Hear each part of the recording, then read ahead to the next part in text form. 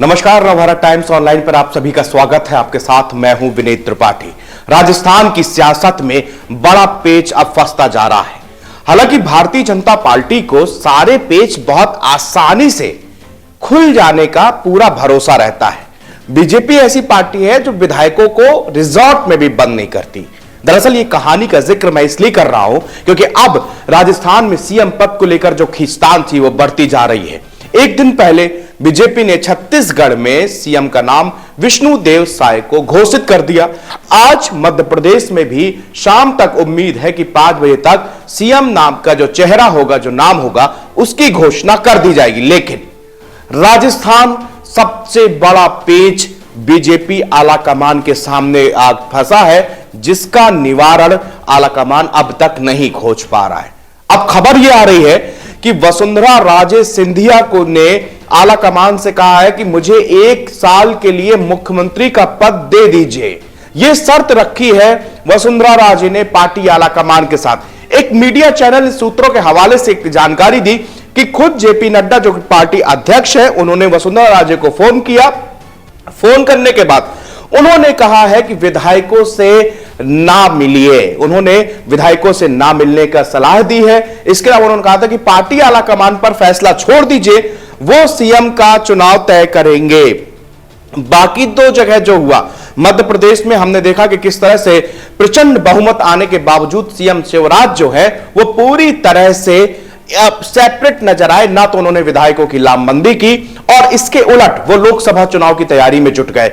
वो तमाम इमोशनल बातें कर रहे हैं, वहां की जनता को धन्यवाद दे रहे हैं, अपनी लाडली बहनाओं से मिल रहे हैं, वहां अपने भांजे भांजियों के साथ उनके तमाम वीडियो वायरल हो रहे हैं। वो सॉफ्ट पॉलिटिक्स की तरफ आगे बढ़ रहे हैं और शायद हो सकता है, मुमकिन भी हो कि आज शाम तक मध्य प्रदेश में शिवराज के नाम पर मुहर लग जाए। लेकिन राजस्थान में ऐसा नहीं है।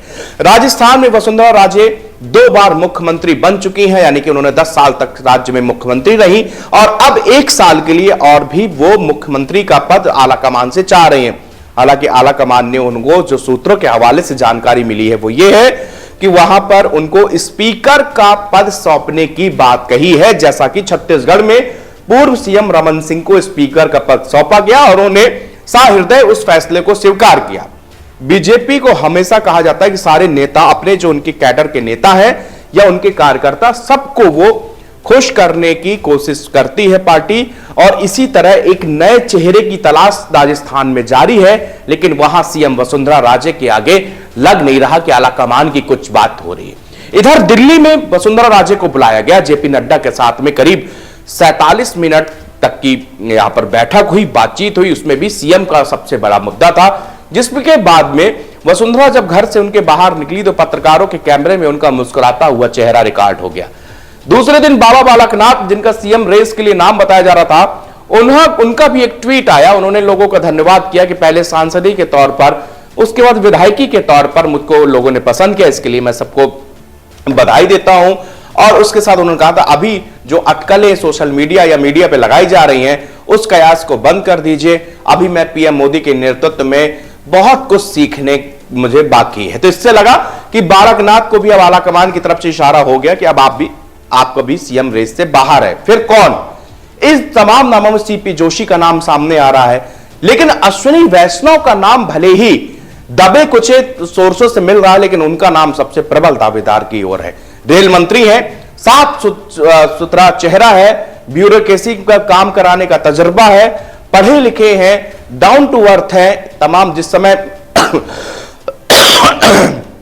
माफ कीजिएगा, जिस वक्त रेल हादसा हुआ था उस वक्त भी 24 घंटे मुस्तैदी के साथ में रेल मंत्री ने उस समस्या, उस आपदा से निपटे थे। अब सीएम वसुंधरा राजे बनना चाहती हैं राजस्थान का। अब आलाकमान क्या करेगा? इधर डर यह भी है कि कहीं सीएम वसुंधरा राजे अगर 30 से 40 विधायक तोड़ के दूसरी ओर यानी कि अशोक गहलोत के पाले पे चली गई और उधर से उन्होंने शर्त रख दी कि हम यहां पर आपको अब सीएम हम बनेंगे, लेकिन हम इतने विधायक लेके आ रहे हैं। अगर ये इस शर्त में तैयार हो गए तो बीजेपी को एक बड़ी आशंका इस बात की भी है। वसुंधरा राजे चुनाव से पहले भी पार्टी के लिए सिरदर्द बनी थी, एक बार फिर वो बड़ी सिरदर्द बनकर पार्टी को यहां पर टेंशन पहुंचा रही हैं। वहीं लगातार आलाकमान उनको सख्त बोल रहा है, कह रहा है, इशारे कर रहा है कि तुरंत जो ना तो आप विधायकों से मिलेंगी, ना ही आप किसी भी तरह की मीटिंग करेंगी। और कहा यह भी गया है कि आप स्पीकर का पद ले लीजिए, सीएम का जो मोह है वो त्यागिए। लेकिन राजस्थान की पेच अब आलाकमान के लिए भी सबसे बड़ा सिरदर्द बन चुकी है।